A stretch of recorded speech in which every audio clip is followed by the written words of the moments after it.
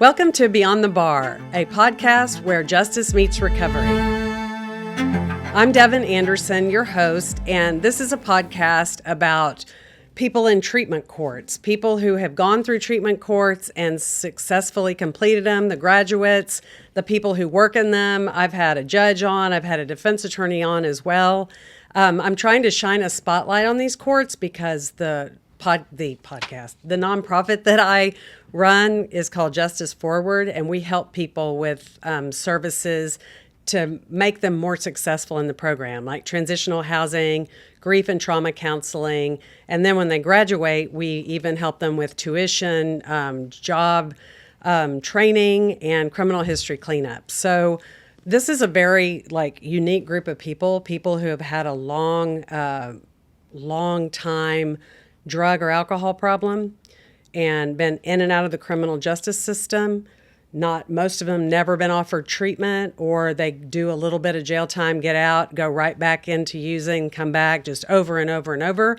So these courts really a lot of times are the first time they really get a chance to see what recovery is like and to start living a sober life. So that's what I'm trying to shine a spotlight on. Also, I'm a woman in long-term recovery, and so I believe it really to be important to talk about substance use disorder and mental health issues as the diseases that they are. It's not a moral failing or anything to be ashamed of. So that's what I'm doing. I know I say this at the beginning of every podcast, but first of all, I don't know which episode y'all are watching, so you may never have seen one before. But also, I think it's important to talk about this every time. I also wanted to comment real quick about Sally's podcast, the last one, the defense attorney who works in the Harris County drug courts. And I think it was really clear how much devastation her sister kind of wrought on the family. And again, family disease. She had addiction throughout her family, but the sister just never really recovered and caused a lot of chaos, a lot of pain in the family. And I think you could feel that Sally's frustration with that. But I also think we all need to hear that. We need to hear about the impact that this has on the family because they have the right to be heard as well. I mean, that's what Al-Anon is for. Obviously, that's a lifesaver of a program. But the flip side of that is that when people get sober, the ripple effect of their sobriety is amazing. The women and men who become peer recovery coaches and who keep helping others, which a lot of our graduates do, anybody who works in recovery, but even if you don't, just being sober in your family, you break that generational, train, and you are like you're stopping the madness, and it's amazing to see the ripple effect. So I had to say that. I really appreciated her being on, and now we're going to talk to one of those peer recovery coaches, Tracy McMurtry, who I've known for a while. She's a Star Court graduate. Yes, ma'am. And a proud Star Court graduate. We are proud to. You've helped us. So Tracy has actually spoken at one of our fundraisers one time. It's been so many years ago that I cannot remember your story. So I'm going to be like, and then what? And then what? Because I can't remember it.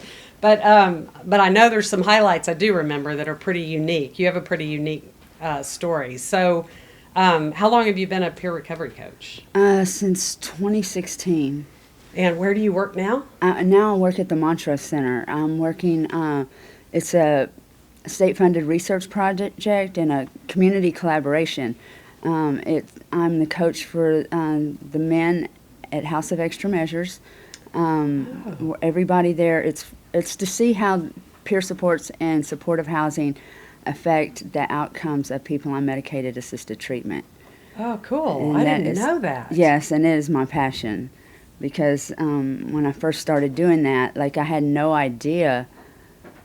I just was uneducated, and I had no idea the stigma that people on medicated assisted treatment face. I also had no idea that people on MAT services have a 90% better chance of achieving long-term recovery as opposed to people that just try to cold turkey it. I have not heard that statistic, and I didn't really know much about Matt because the drug courts in Houston don't mess with that, right? They don't. They're That not- is not part of it. I don't. They don't think. promote it. They don't promote it. No. It can happen in the jail, though, right? Doesn't the sheriff have a program for Matt? I believe they do. And actually, I was a recovery coach for Star Drug Court for during COVID for almost about a year, and there were a couple of people on Matt.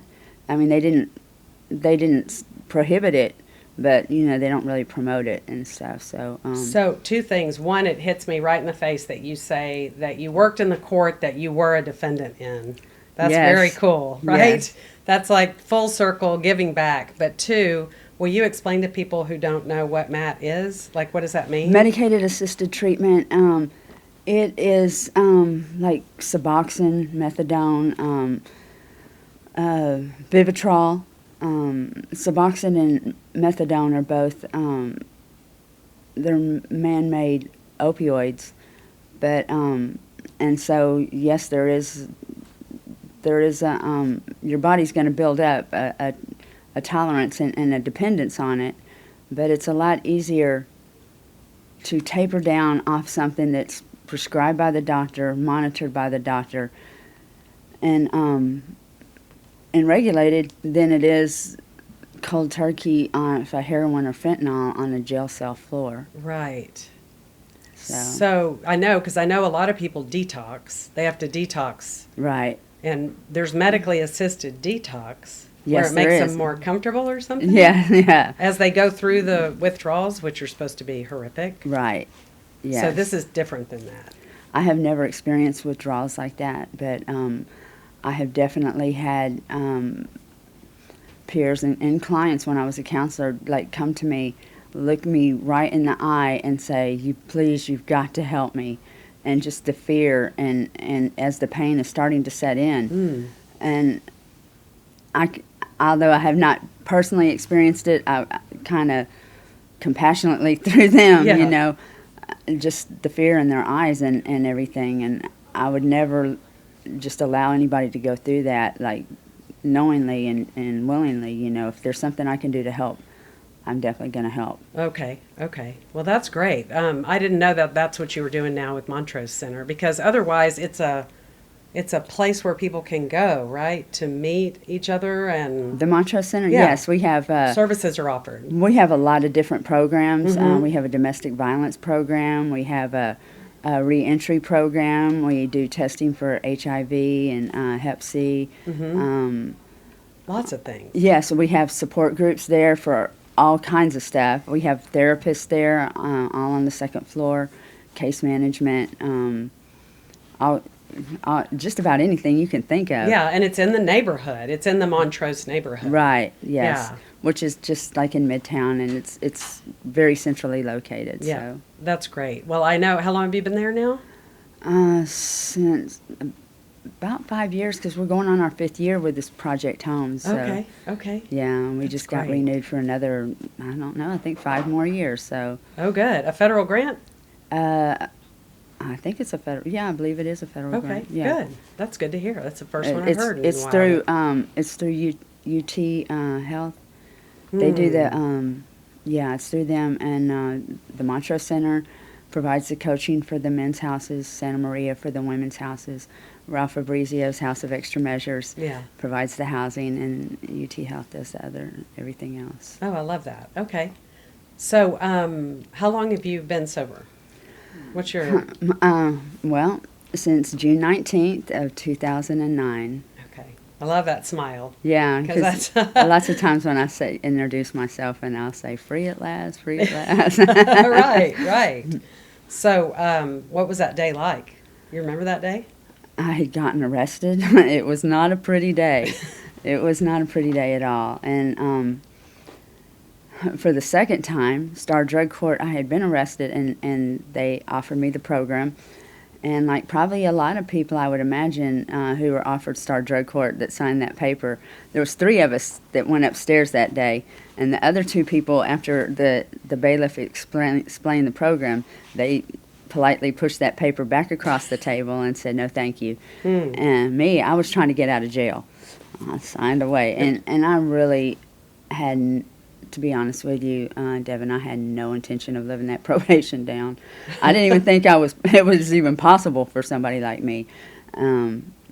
And they came a few days later, and they took me to what was then the VOA on a Thursday, and I ran away on Saturday. Okay, Volunteers of America. Yes, VOA, and I ran away on Saturday, and I went right back to the same thing I was doing before, and got arrested 2 weeks later with another drug charge. And I just knew I was going to prison for a while. Mm-hmm. I'd been before. I'd been a few times, and I just knew that's where I was going back. And they gave me another chance. I could not believe it. I mean, they took me someplace. They took me to the Huey, where it's not quite so easy just to run off, and I had no idea where I was, so it was probably a good thing.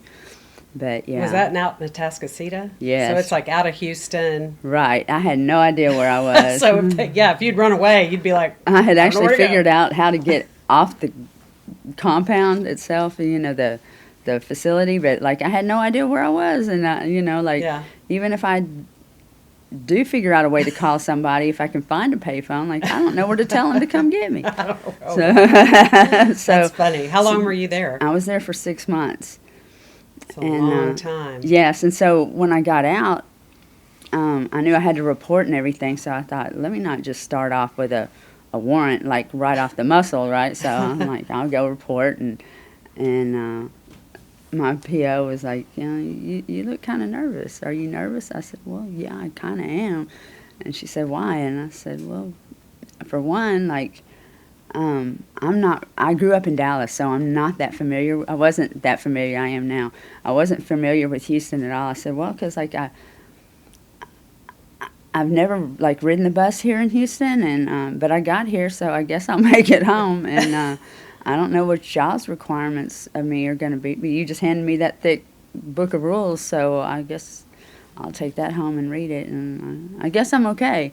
And she's like, okay, I'll see you next week. And I was like, next week? Did you think you'd have more time? She's like, I thought I was buying myself a month in the beginning, so I was like, next week. And she said, don't forget to call this number every day, and when they call your color, you got to come down here, and give a UA. And I saw real quick, and I didn't have like any plans or anything like that, so I thought, let me just go along with the program until I figure out what I'm going to do, because I still didn't think I was going to I didn't think I was capable of completing a probation, to be honest with you. And they wanted me to go to IOP, and I was like, IOP, what? Like, I just did 6 months in treatment. Yeah, and, wasn't that enough? We're right, not done? Yeah, this must be a mistake, but let me go try to get this straightened out. So I went down to Career and Recovery, and they're like, yep. But when I went down there to IOP, I learned so much, honestly. And I tell people all the time, like the guys that I work with, because it's a requirement that they go to IOP, and I'm like, I know you probably think that sucks, and it kind of does, like, but it's also like, once you finish that, y'all are gonna miss it. I know I did, and like I was like, I don't have time to go to IOP. I need to try to get a job. Mm-hmm. I've got to get some money. I got to try to support myself and everything. I had never been that broken my entire life. I bet. I couldn't even afford to pay attention. Okay. So, but, I just got up every day. It just became my routine. I got up every day, and I hopped on the bus, and I went downtown, and I peed in a little cup. Then I walked over to the train, went down to IOP, and all my Star Court people were there. And back then they had mixed dockets, like men and women. Men and women, yeah. So I knew most of the people, and some of them I was even in treatment with. So after IOP, because the guys had IOP at the same time we did, we walked as a group over to the train, went to our meeting, and nice. Yeah, and then after that, like we kind of dispersed. Those of us that had court, we hopped back on the train and went back up to the courthouse for court.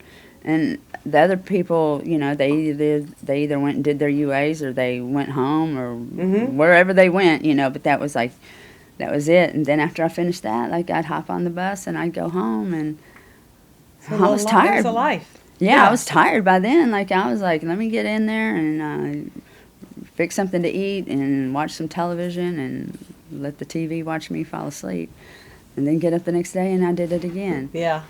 And well, I got to jump in and say, I don't know that there's any other world that has more acronyms than the criminal justice world, but IOP means intensive outpatient treatment. Yes. And I know. So if she says SOP, that's Right. By the time, so when I got graduated to SOP, that's which is lower. What's that right, called? Standard I lost my outpatient mind. treatment. Yeah, standard outpatient. So it's less often. Right, less often, Yeah. and less UAs too. Less UAs. And I remember me and it was my best friend during the time. I guess she still lives here in Houston.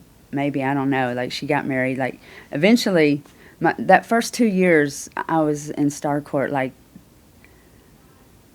let me just say this: what I thought was going to be my downfall, having this intense probation, turned out to be my greatest asset.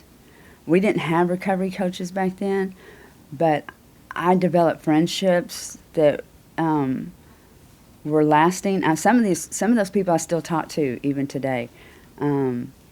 I developed lasting friendships with people that genuinely cared about me, and I will never forget the day that I realized that, like, these people really care, because it was like I had made a comment in IOP that I didn't really think I was going to be able to pull this off, but y'all, it's been 8 months. Like, 6 of it was in treatment, but I was like, it's been 8 months, and I am crushing it, you know. And I think back on that and laugh, but I said, but you still are. Right. So I said, y'all, it's been brought to my attention by my stepmother that I have a pattern, and about, like, I don't just get out of jail and just immediately start messing up. I kind of wait for the dust to settle a little.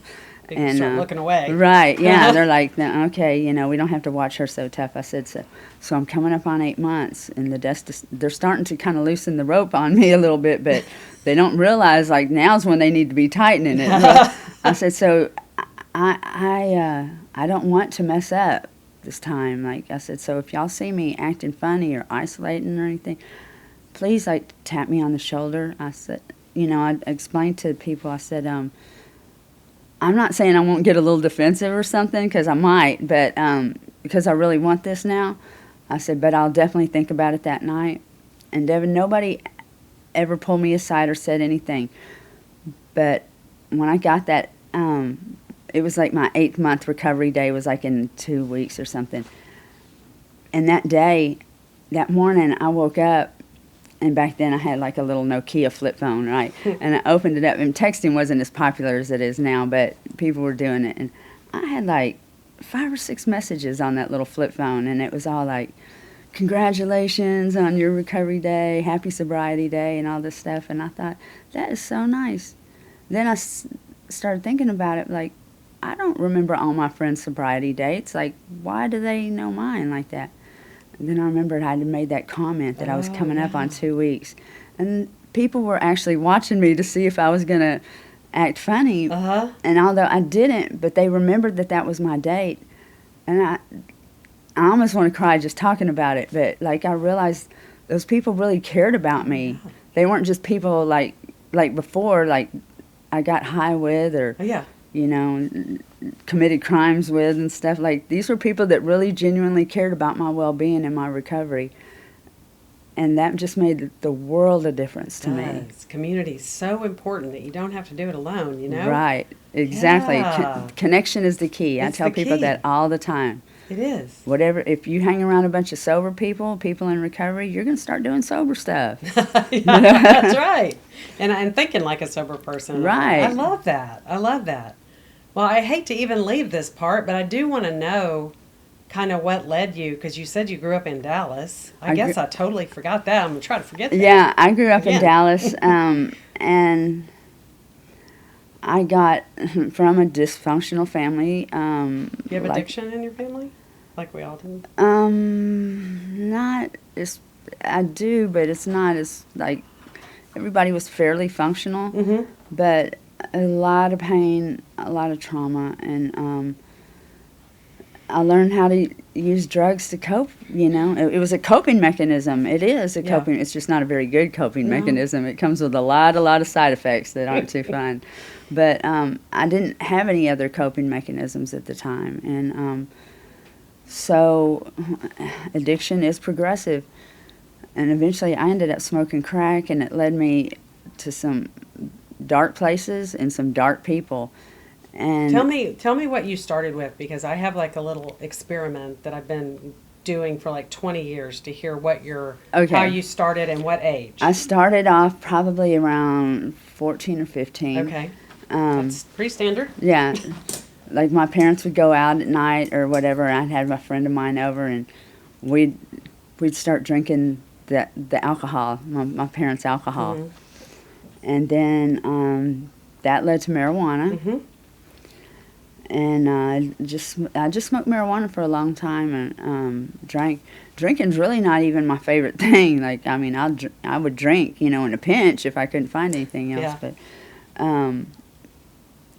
I smoked marijuana for a while, and then I was at a party one time, and somebody introduced me to crystal meth. And it was all right, but it was hard to find and stuff. And Good. I don't right, I know, because they're like that. It eats holes in your brain and stuff. Mhm.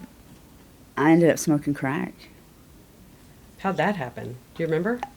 Oh God, I'd met some I didn't even know, and I was with some friends, and we went to go visit one of their friends, and it was this real rich guy, and he was smoking on there. He had it in a backgammon set, like, Oh Lord. and yeah, it was wild. And he was like, the first time I tried it, it made me sick, and I was trying to be cool about it.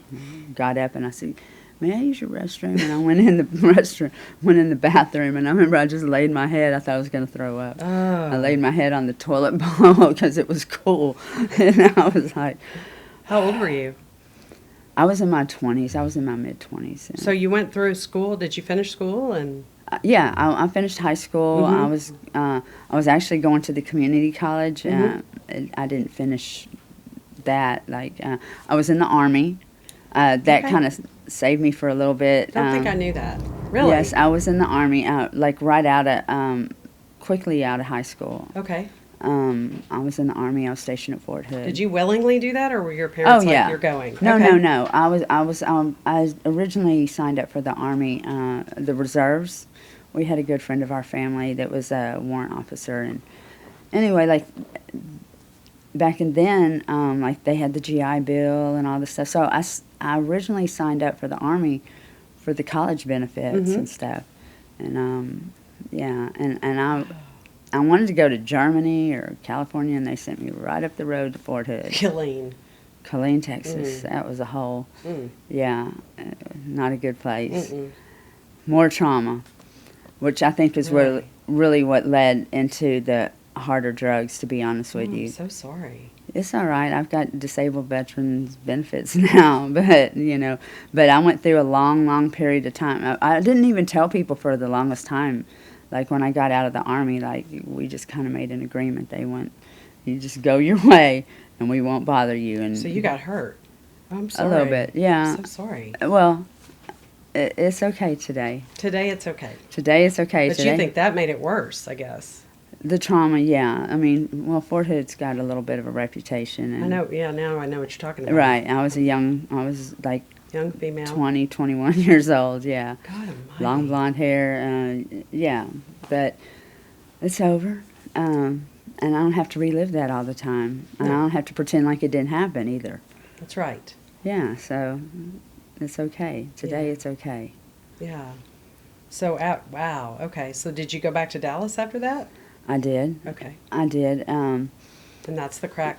Right. And then I was trying to find somebody one time, and we were riding around, and I don't know how we ended up at a truck stop, but I got into this really bad habit of stealing 18-wheelers.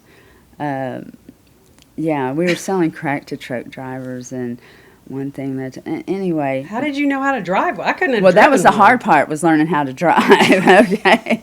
Okay. That was the hard part, learning how to drive.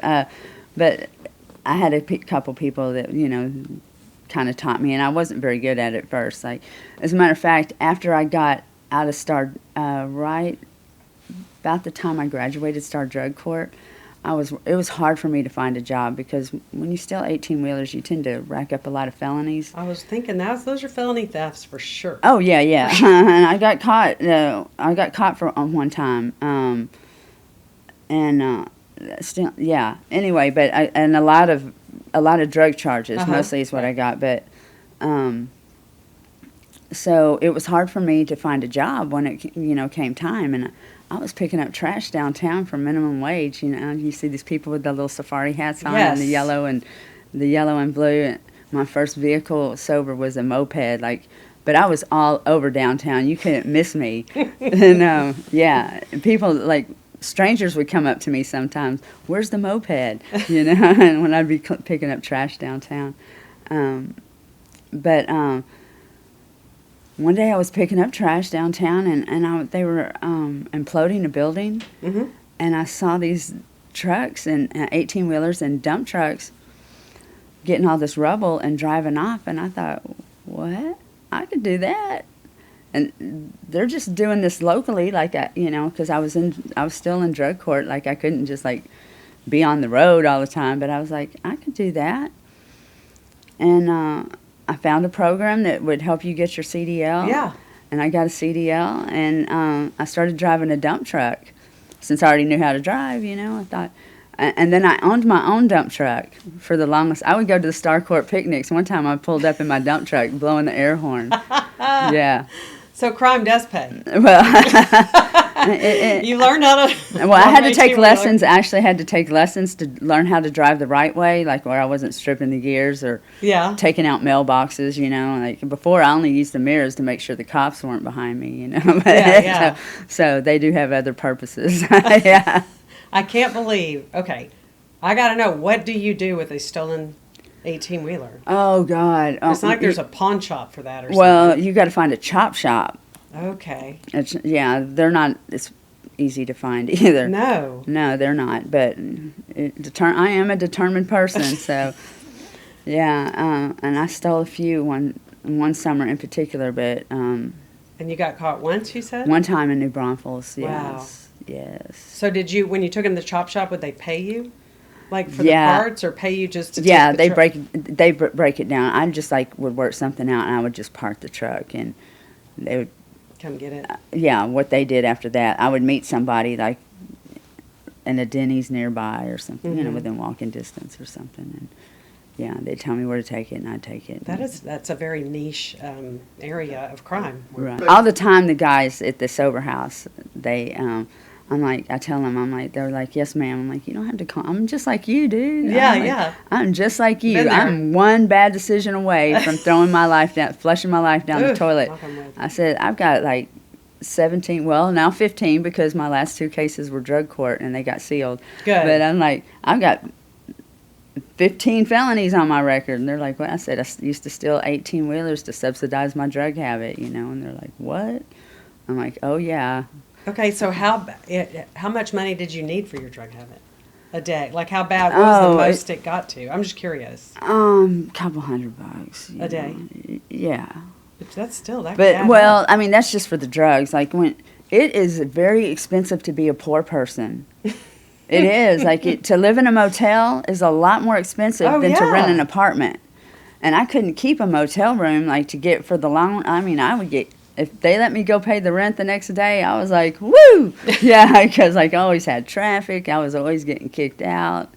Yeah. Literally in Houston, somebody one time, and that's how I ended up in Houston. I got on a truck with a truck driver that was selling crack off the truck, and I knew I had warrants. I'm on parole. I can't be hanging out here. I can't be walking around, because every time they see me, they're going to stop me. They're going to ID me. I'm going to have a blue warrant, and I'm going back. I'd already been through that twice.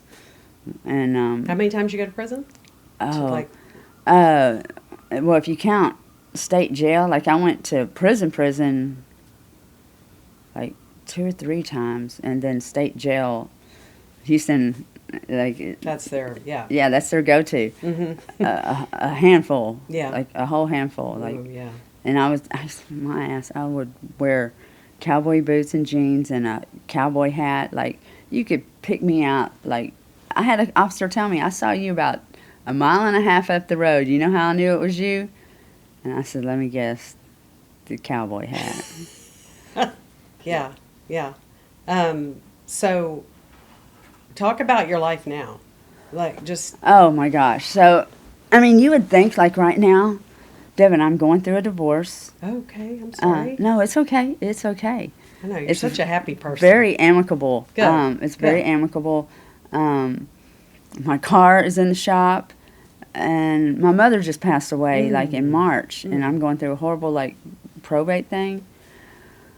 And so every day is not gumdrops and jelly beans by any means, right? But I mean, I just don't have to do anything extraordinary like go get high, you know. I don't have to drink, I don't have to get drunk, I don't have to go buy crack or any other illicit substances.